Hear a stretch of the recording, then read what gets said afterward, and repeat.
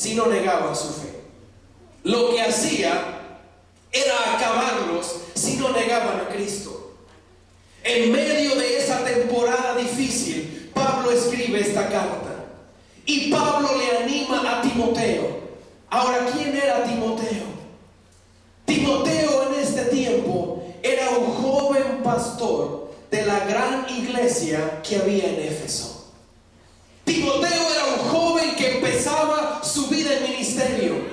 Timoteo era el hijo espiritual de Pablo. Pero también Pablo sabía que Timoteo tenía una buena influencia espiritual, porque en esos momentos difíciles Pablo le recuerda a Timoteo: acuérdate de tu abuela, acuérdate de tu mamá, que la fe que está en ellas ha sido colocada en tu vida. Y Pablo también miraba un gran potencial en la vida de Timoteo. Así que Pablo no iba a permitir que esta persona se desanimara. Pablo no iba a permitir que este hombre se desmotivara, sino que Pablo se urgió para decirle a este hombre que a pesar del tiempo difícil se puede vivir sobre la adversidad. Yo te vine a decir en esta mañana, iglesia, que a pesar de la crisis, que a pesar del tiempo difícil, a pesar de lo nublado que se ponga tu cielo, se puede vivir sobre lo adverso, se puede vivir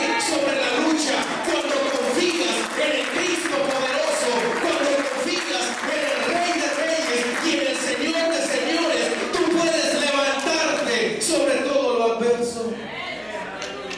Y Pablo le da un consejo a Timoteo y le dice: Timoteo, te aconsejo. ¿A cuánto les gustan los consejos? Mi abuela decía: el que no oye consejo no llega viejo. Y déjeme decirle que necesitamos poner oído a los sabios consejos.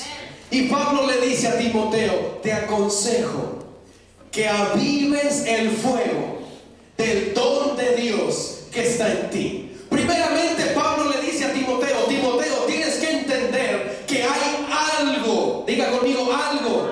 Hay algo que Dios puso en tu vida. Tienes que analizarte y tienes que entender que hay algo que Dios puso dentro de ti. Y Pablo le llama don. Y la palabra don es una traducción de la palabra carisma. Y la palabra carisma significa un regalo espiritual, una bendición de gracia. Pablo le dice a Timoteo: Timoteo, hay un regalo espiritual, hay una bendición de gracia que Dios puso en tu vida. Tú no la miras, pero está dentro de ti. Tú no la palpas, pero está en tu corazón. Y yo te digo en esta mañana, iglesia, hay algo espiritual que te cubre, hay algo espiritual que te envuelve, hay algo que tú no miras, pero que el Dios de los cielos ha derramado en tu vida. Y tienes que entender que Él te ha hecho acreedor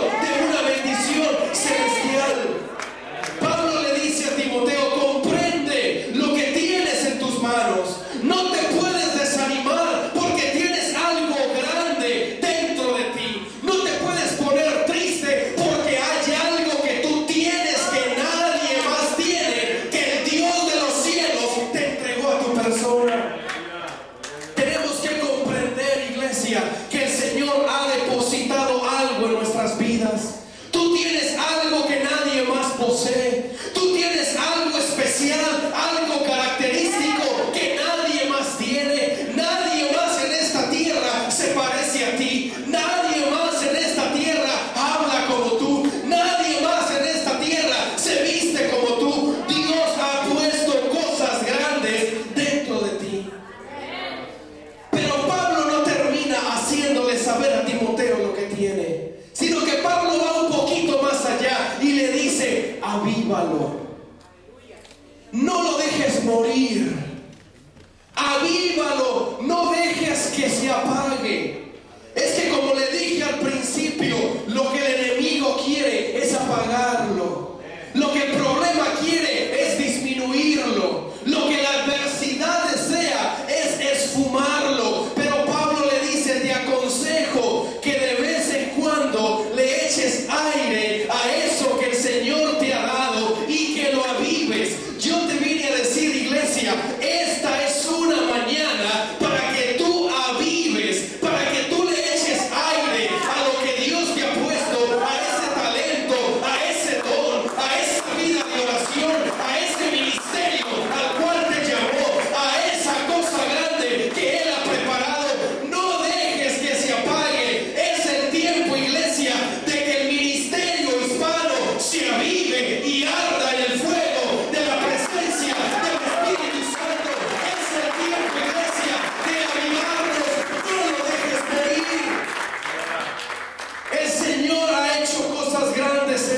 vida, mantén vivo ese fuego. Y Pablo empieza a decirle a Timoteo algunas razones por las cuales podemos vivir sobre la adversidad. En el versículo número 7, el Señor Pablo le dice: porque no nos ha dado Dios espíritu de cobardía, sino de poder, de amor y de dominio propio. ¿Cómo puedo vivir sobre lo adverso? Número 1, comprendiendo la calidad de vida que Dios te dio. Dice Pablo: porque Dios no nos ha dado. Primero tenemos que entender lo que Dios no nos ha dado. Amén. Para ser felices tienes que entender primero lo que Dios no te ha dado. Y Pablo le dice a Timoteo que Dios no nos ha dado cobardía. Entonces, cuando Dios no te ha dado algo, no lo tomes para ti. Amén. Si a usted alguien le da algo, tómelo.